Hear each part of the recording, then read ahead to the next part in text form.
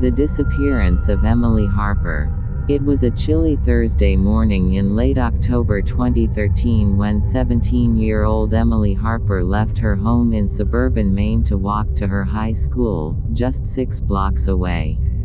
Her mother, Susan, remembered watching her daughter zip up her oversized hoodie, sling her backpack over one shoulder, and smile before stepping out into the misty morning air. That was the last time anyone saw Emily alive. At first, no one panicked. Emily occasionally skipped a class or went to the nearby diner with friends. But when she didn't return home by evening, and her phone went straight to voicemail, Susan called the police. The initial search was sluggish. Emily wasn't classified as a missing person in danger until 48 hours later. By then, any trail she had left was cold.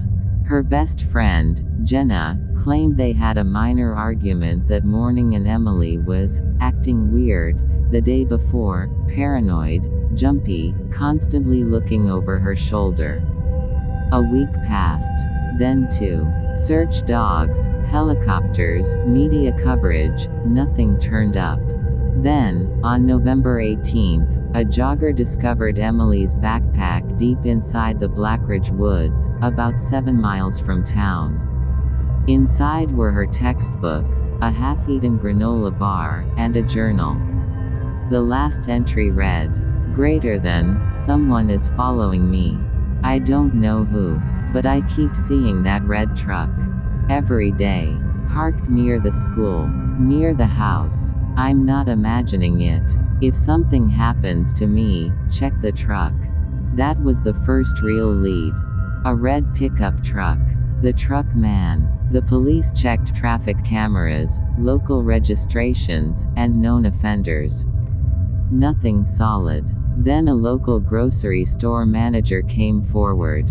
He remembered a man in his 40s who often waited outside in a red Dodge Ram for long periods but never came inside. He described the man as tall, balding, with a rough beard, and always wearing a camouflage jacket. Security footage matched the description. Plates were unreadable, but the truck was distinct, older model, rust along the doors. The town was on edge. Parents started walking their kids to school. Local Facebook groups lit up with theories, blame, and fear.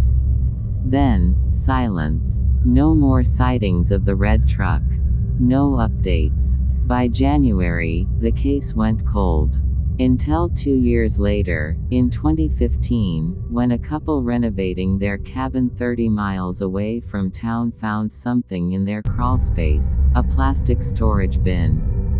Inside were women's clothing, high school ids, one of which belonged to Emily Harper, and dozens of Polaroid photos. Some were innocuous, girls laughing, walking through malls, eating. Others were sinister. Girls looking directly at the camera, visibly afraid.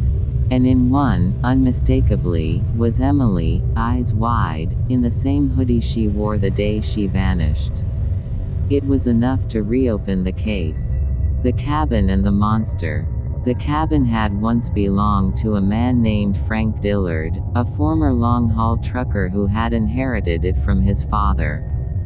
Frank had no criminal record, but he'd been accused of stalking a gas station attendant in 2009, though the charges were dropped. He had vanished in 2014 after a DUI arrest in Pennsylvania. Never appeared at his court date. A warrant had been out, but no one had really looked for him. With renewed urgency, the FBI got involved. They found more photos, some dating back to the early 2000s, stored in online folders under fake names. Using image enhancement, they identified at least 8 missing women, none of whom were ever found. Then came the break. In early 2016, Frank was spotted working under a fake name at a junkyard in Ohio. When agents moved in, he fled but was caught within 24 hours. At first, he denied everything.